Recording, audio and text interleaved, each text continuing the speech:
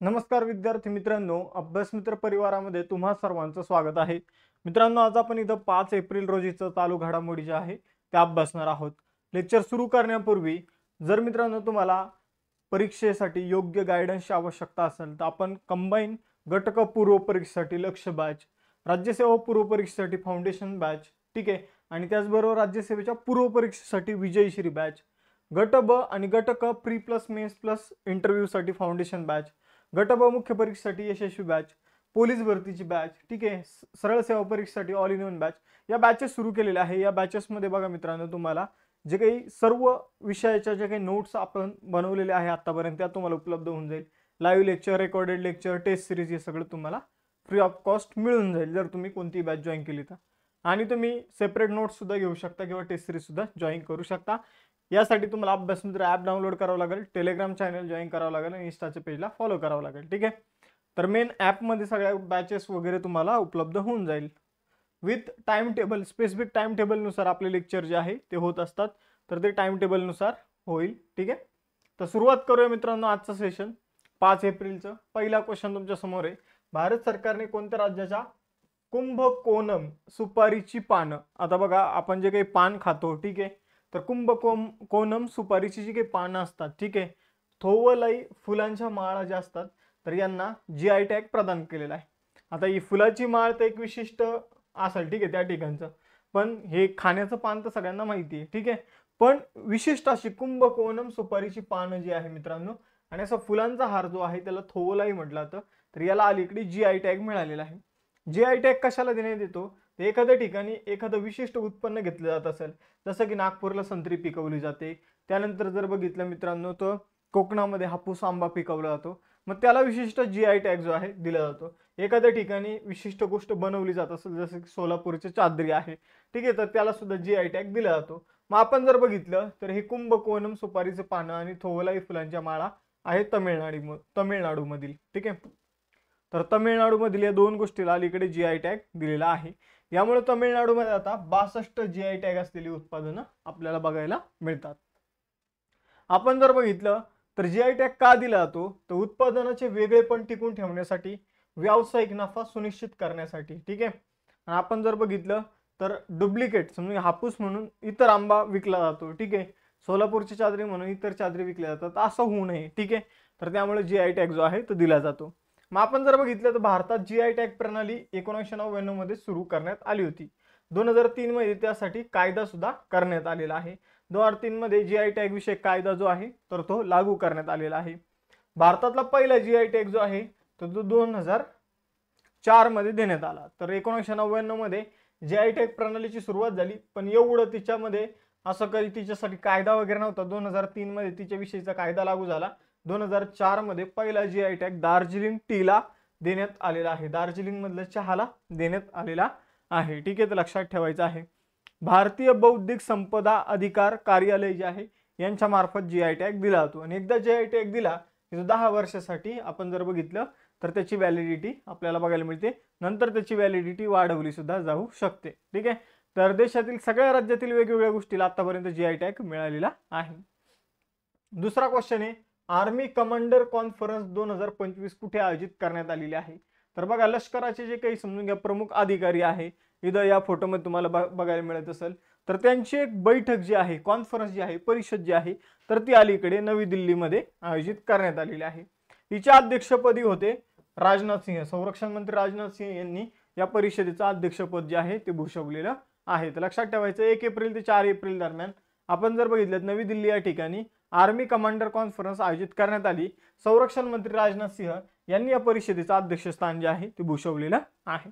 यामध्ये संरक्षण विषयक कर्मचारी, नीती आयोगाचे CEO, ठीक आहे, काही वरिष्ठ अधिकारी सुद्धा यामध्ये उपस्थित राहिले होते, ठीक आहे. सुरक्षेशी संबंधित जे आव्हानं आहे तर त्यावर काय केलं पाहिजे काय नाही याबाबत डिस्कशन जे आहे ते या परिषदेमध्ये झालेलं आहे. आंतरराष्ट्रीय बाल पुस्तक दिन 2025 कधी साजरा करण्यात आला? तर बालकांविषयीचा पुस्तक दिन 2 एप्रिल रोजी सेलिब्रेट करण्यात आलेला आहे. तर बघा मित्रांनो, आंतरराष्ट्रीय बाल पुस्तक दिन 2 एप्रिल रोजी सेलिब्रेट करण्यात येतो. प्रसिद्ध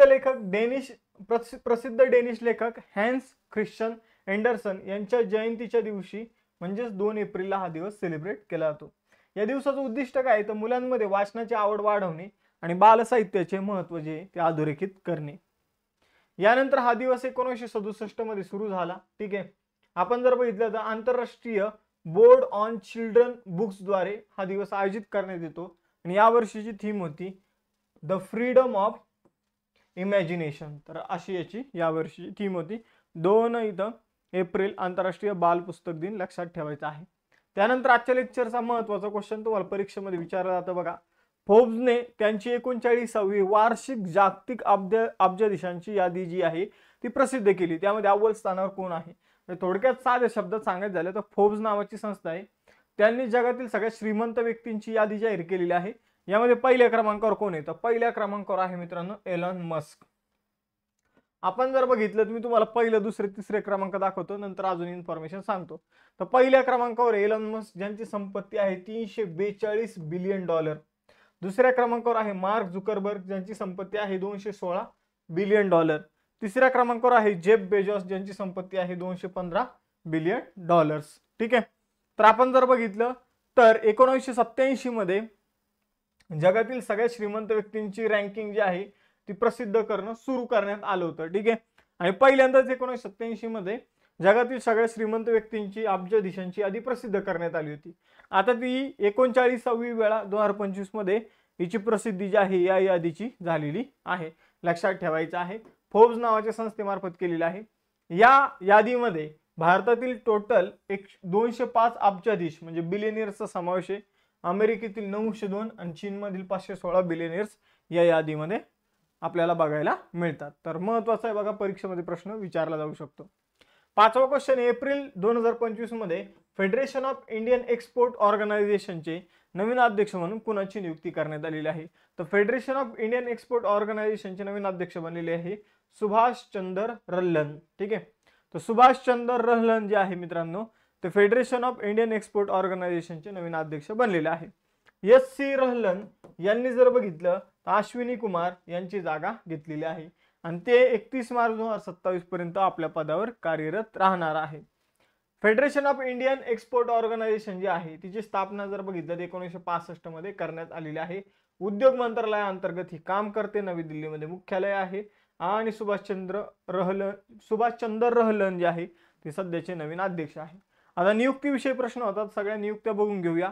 पहिल्या महिला कायदा सचिव अंजू राठी राणा बनलेल्या आहे. अजित रत्नाकर जोशी कार्यकारी संचालक बनलेले आरबीआय मध्ये. Doctor Mayank Sharma chief controller general of defence accountant बनलेले आहे. सेबीचे नवीन अध्यक्ष तुहिनकांत पांडे बनलेले आहे. रतन टाटा एंडोमेंट फाउंडेशनचे नवीन अध्यक्ष एन चंद्रशेखरन बनलेले आहे. अमृत मोहन प्रसाद सशस्त्र सीमा बलाचे महासंचालक आहे. हिंदुस्तान एरोनॉटिक्स लिमिटेडचे नवीन सीएमडी डी.के. सुनील बनलेले आहे. नॅशनल क्राईम रेकॉर्ड ब्युरोचे प्रमुख आलोक रंजन बनलेले आहे. कलिकेश नारायण सिंहदेव हे नॅशनल रायफल असोसिएशन ऑफ इंडियाचे नवीन अध्यक्ष बनलेले आहे. अमरप्रीत सिंग भारतीय हवाई दलाचे नवीन प्रमुख आहे. ब्रिजेंद्र प्रताप सिंग जे आहे ते नॅशनल ॲल्युमिनियम कंपनीचे नवीन सीएमडी आहे आणि के.सी. वेणुगोपाल लोकलेखा समितीचे नवीन अध्यक्ष आहे. 6वा क्वेश्चन, कोणत्या राज्य सरकारने झिरो पॉवर्टी P4 उपक्रम जो आहे तो सुरू केलेला आहे? तर झिरो पॉवर्टी P4 उपक्रम जो आहे तर P for public, P for private आणि P for people to people. ठीक आहे. असा हा P4 उपक्रम आहे. म्हणजे पब्लिक आपण जर बघितलं सरकारी क्षेत्र, ठीक आहे, आपण जर बघितलं त्यानंतर खाजगी क्षेत्र, त्यानंतर पब्लिक टू पब्लिक म्हणजे लोकांच्या माध्यमातून आपल्याला काय करायचे आहे गरिबी संपवायची आहे. तर असा P4 पॉवर्टी कार्यक्रम जो आहे झिरो पॉवर्टी P4 उपक्रम जो आहे तर तो आंध्र प्रदेश सरकारने सुरू केलेला आहे. ठीक आहे. तर आंध्र प्रदेशचे मुख्यमंत्री चंद्राबाबू नायडू यांनी गोल्डन आंध्र त्यांना बनवायचे 2047 पर्यंत. त्यासाठी त्यांनी P4 शून्य गरिबी कार्यक्रम P4 सुरू केलेला आहे. या कार्यक्रमांतर्गत 2029 पर्यंत आंध्र प्रदेशला गरिबी मुक्त राज्य बनवायचं आहे. ठीक आहे. 2029 पर्यंत लक्षात ठेवा. आणि गोल्डन आंध्र कधीपर्यंत बनवायचं 2047 पर्यंत. ठीक आहे.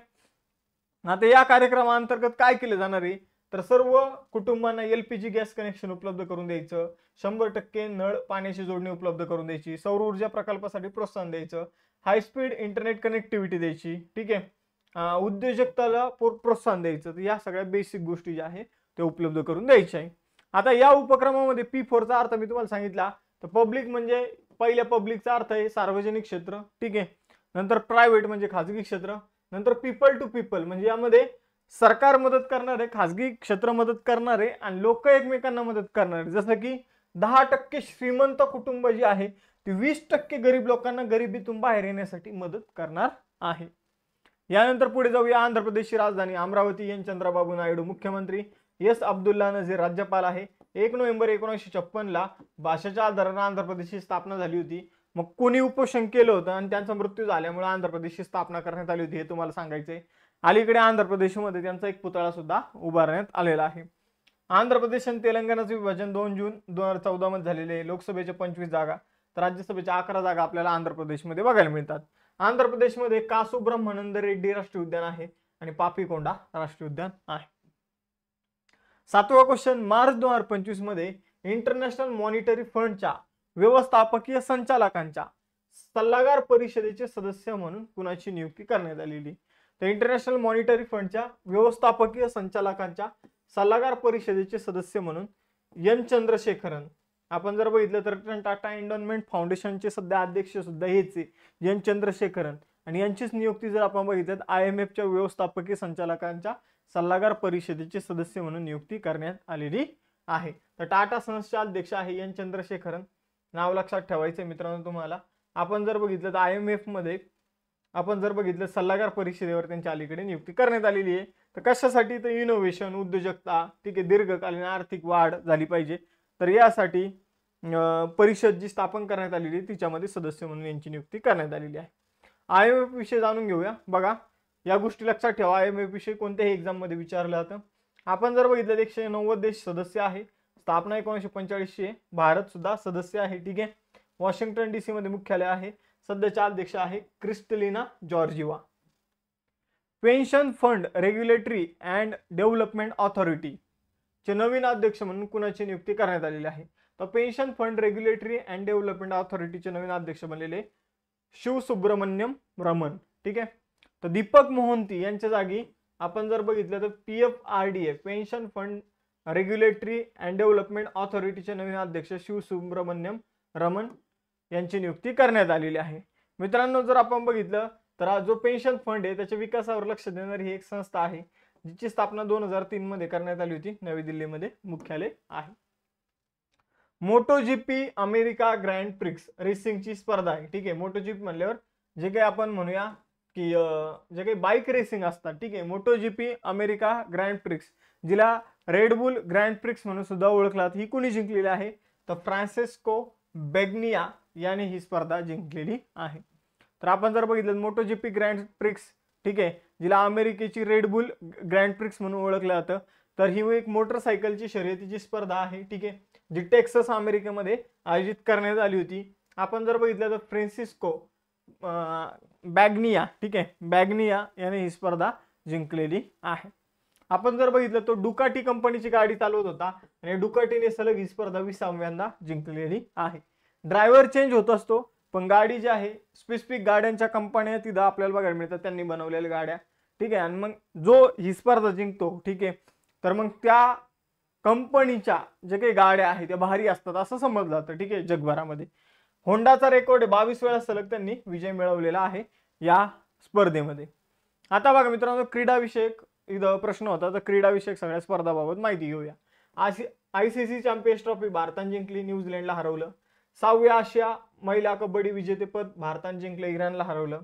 जागतिक ज्युनियर बुद्धिबळ चॅम्पियनशिप प्रणव व्यंकटेशने जिंकली, मॅटिक लेव्रेन्स्की याला हरवण्यात आलेला आहे. चिली ओपन मध्ये भारताचा ऋत्विक चौधरी, बोलापल्ली आणि निकोलस बेरियन यांनी दुहेरीची स्पर्धा जिंकली.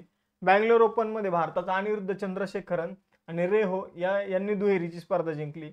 रणजी ट्रॉफीचं विजेतेपद जे आहे ते विदर्भाने जिंकलं.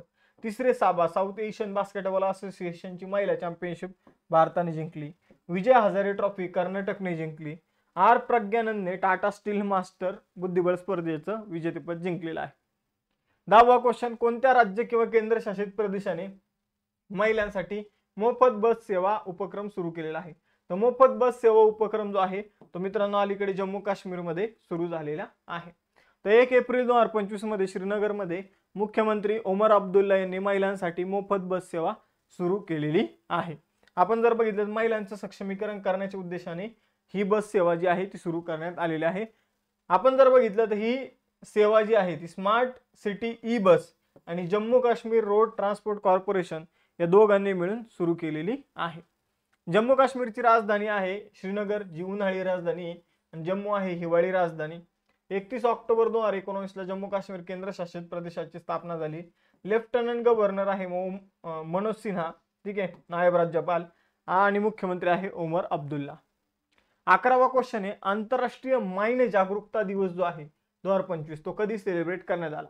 तर तुम्हाला माहित असेल लँड माईन वगैरे जे काही सैनिक असतात ते बॉर्डरवर काय करत असतात, लँड माईन तिथं खाली टाकून ठेवत असतात, आणि एखाद्याचा चुकून जर लँड माईनवर पाय पडला तर त्याचा काय होत असतो, स्फोट होत असतो.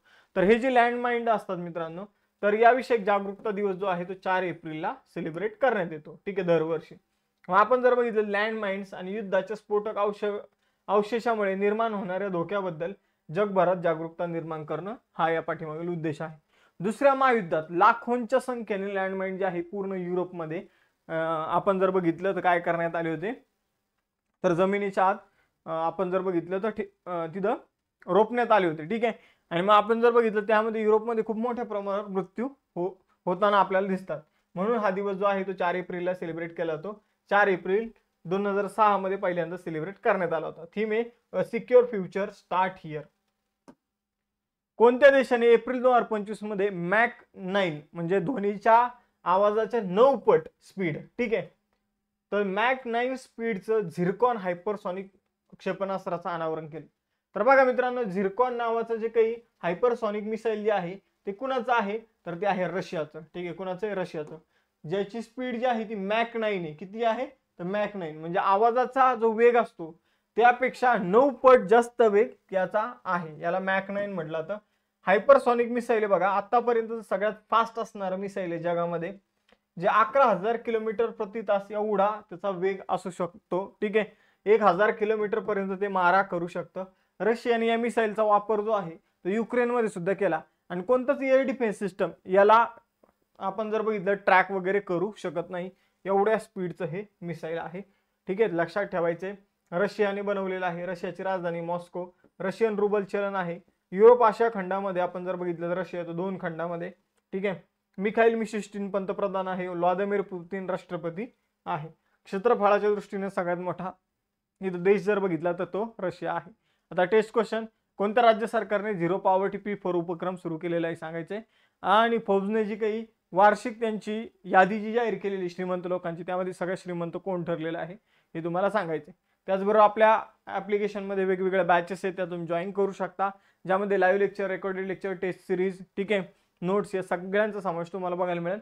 त्याच गोष्टी तुम्ही सेपरेट सुद्धा घेऊ शकता. यासाठी तुम्हाला अभ्यासमित्रचं ॲप डाउनलोड करायचं आहे, टेलिग्राम चॅनल जॉईन करायचं, इन्स्टाचं पेज फॉलो करायचं. सगळ्यांची लिंक डिस्क्रिप्शन बॉक्समध्ये दिलेली आहे. लेक्चर जर आवडला असल्यास लेक्चर लाईक करा, चॅनलला सबस्क्राईब करायला विसरू नका. थांबूया मग आपण इथं भेटूया नेक्स्ट सेशनमध्ये. चलो बाय बाय एव्हरीवन. जय हिंद.